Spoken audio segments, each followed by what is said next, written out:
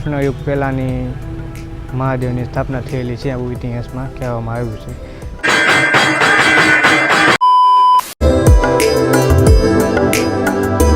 તો જય દ્વારકાધીશ બધા મિત્રોને, વેલકમ બેક ટુ દેશી વ્લોગ. કેમ છો બધા મિત્રો? મજામાં ને? તો મિત્રો આપણે છે ને આજે જવાનું છે ભૂતનાથ મહાદેવ. તમે એવું નથી કે હું કંઈ બહારથી આવું ને ભૂતનાથ મંદિરે જાઉં એવું કંઈ નથી મિત્રો, આપણું ગામ જ છે. તો મારા ગામમાં મહાદેવનું મંદિર હોય ને હું તમને દર્શન ન કરાવું, બને કોઈ દી ન બને. તો હાલો વિડીયોમાં કન્ટિન્યુ ચેનલમાં નવા હોય તો સબસ્ક્રાઈબ કરવાનું ભૂલતા નહીં ને બાજુમાં બેલ આઇકન છે એ પણ ઓન કરી નાખજો, તો જેવો વિડીયો મોકલે સૌથી પહેલાં નોટિફિકેશન તમને મળે. તો મિત્રો વિડીયોમાં કન્ટિન્યુ રહેજો. હાલો ડાયરેક્ટ ભૂતનાથ મંદિર જઈને તમને મળું. તો મિત્રો હું પહોંચી જઈશું ભૂતનાથ મહાદેવે. તો હાલો વિડીયોમાં કન્ટિન્યુ રહેજો, મહાદેવના દર્શન કરાવું તમને ને ત્યારબાદ થોડીક ઇતિહાસની પણ વાત કરું. તો હાલો વિડીયોમાં લાઈટ સુધી બનાવી રહેજો.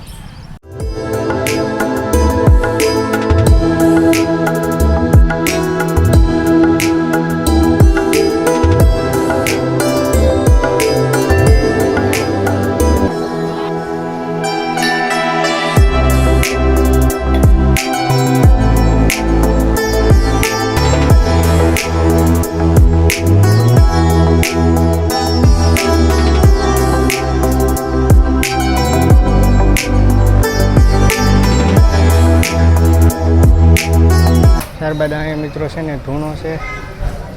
તો મિત્રો અહીંયા છે ને પૂંજારી બધા ચાંદલા કરે છે.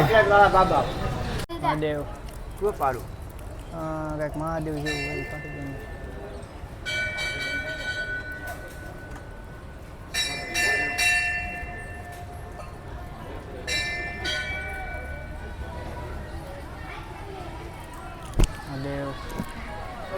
મિત્રો મહાદેવના દર્શન કરી લીધા છે આપણે ને જો માથે તિલક પણ લગાડ્યું છે મસ્ત.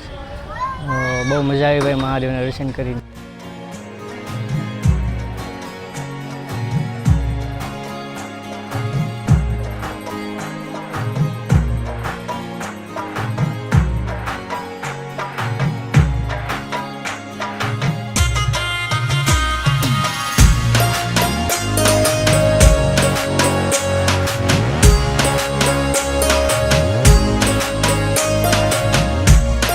તો મિત્રો મહાદેવના દર્શન કરી લીધા છે ને ત્યારબાદ વિડીયોમાં આગળ વધીએ. તો જો આ પાછળ છે એ તમને આ બાજુ મહાદેવનું મંદિર છે ને તમને મિત્રો આ જે પાછળ દેખાય ને એ મહાદેવનું મંદિર નથી, એ તો આપણે કાળભૈરવ દાદાનું મંદિર બન્યા છે હજી તો, ને એની પાછળ છે આપણે મહાદેવનું મંદિર મેં તમને વિડીયોમાં બતાવ્યું જ છે. ત્યારબાદ આપણે આ બાજુ જોઈએ ને તો અહીંયા આપણે ખેતરીયા દાદાનું મંદિર છે. તો હાલો હું તમને ત્યાં લઈ જાઉં, તે પણ દર્શન કરાવું ને ત્યારબાદ વિડીયોમાં આગળ વધતા હું તમને ભૂતનાથ મહાદેવના થોડાક ઇતિહાસની પણ વાત કરી. તો વિડીયોમાં કન્ટિન્યુ રહેજો ને લાઈક કરવાનું ભૂલતા નહીં. હાલો મિત્રો ડાયરેક્ટ ના જઈને તમને મળું.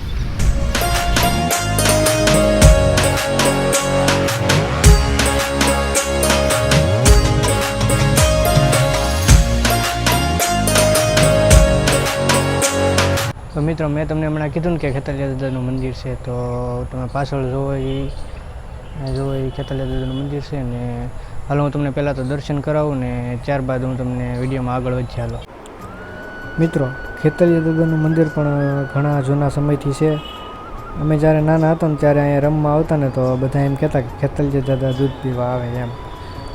ત્યારબાદ અમે અહીંયા આવતા ને તો નાગદાદાની કાસળીને એવું બધું અમને અહીંયા જોવા મળતું એમ. તો ત્યારે તમે નાના એટલે બીક પણ થોડીક લાગતી એટલે બહુ કાંઈ આવતા નહીં. પણ તમે મિત્રો જો ભૂતનાથ મહાદેવ આવો ને તો અહીંયા ખેતલિયા દાદાના દર્શન કરવા અવશ્ય આવજો. બહુ જોરદાર જગ્યા છે, તમને મજા આવશે, સાત વાતાવરણવાળી જગ્યા છે.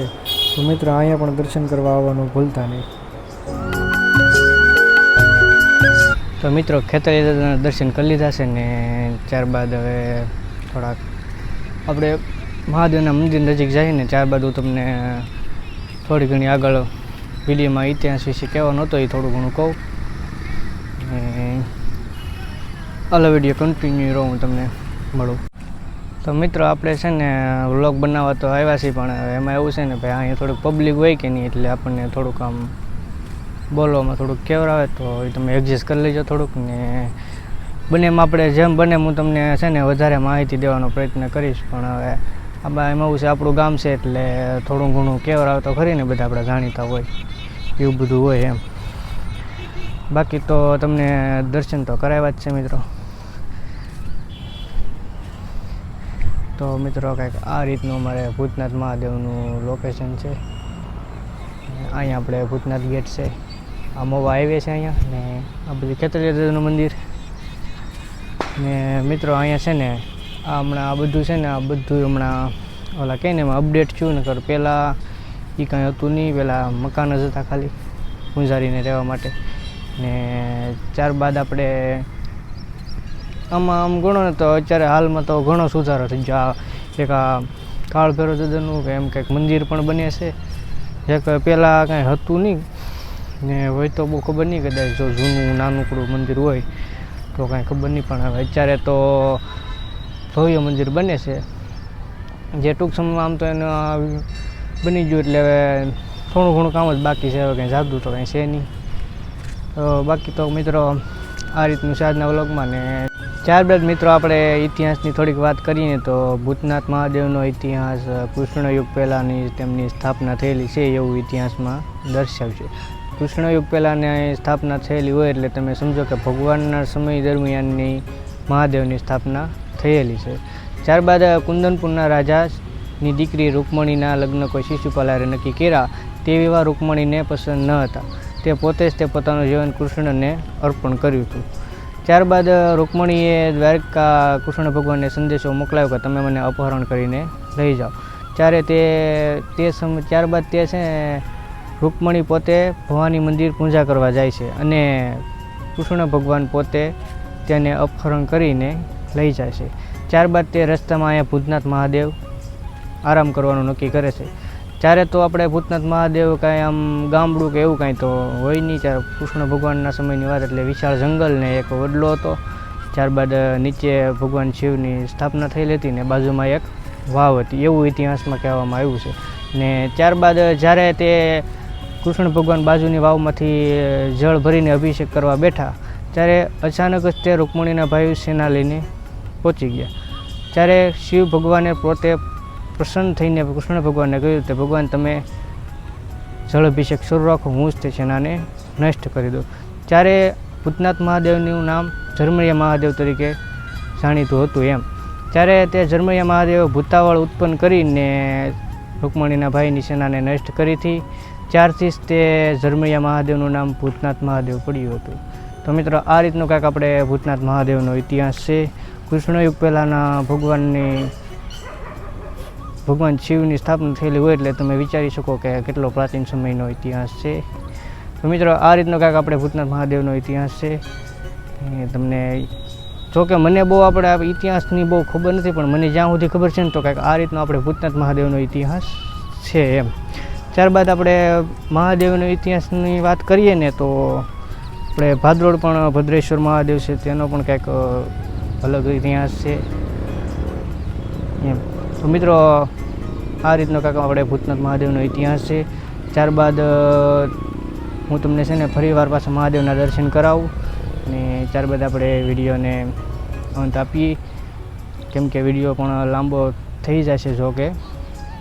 તો હાલો હું તમને મહાદેવના દર્શન કરાવું ને ત્યારબાદ આપણે હું તમને લાસ્ટમાં બીજા આગળ કંઈક વાત કરું.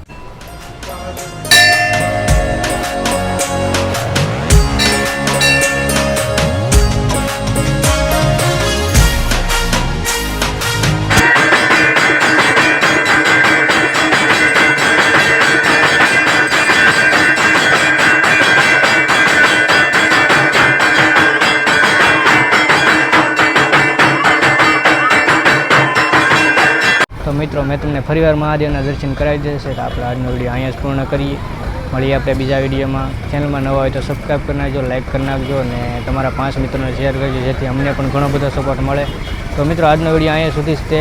વિડીયોને ફટાફટ લાઇક કરી નાખો, કમેન્ટ કરી નાખો. મિત્રો વિડીયો જોવા આવો છો પણ તમે કોઈ કમેન્ટ નથી કરતા, તો આ વખતે બધા હર હર મહાદેવ કમેન્ટ કરી નાખજો. મળીએ આપણે બીજા વિડીયોમાં. ત્યાં જય દ્વારકાધીશ, હર હર મહાદેવ.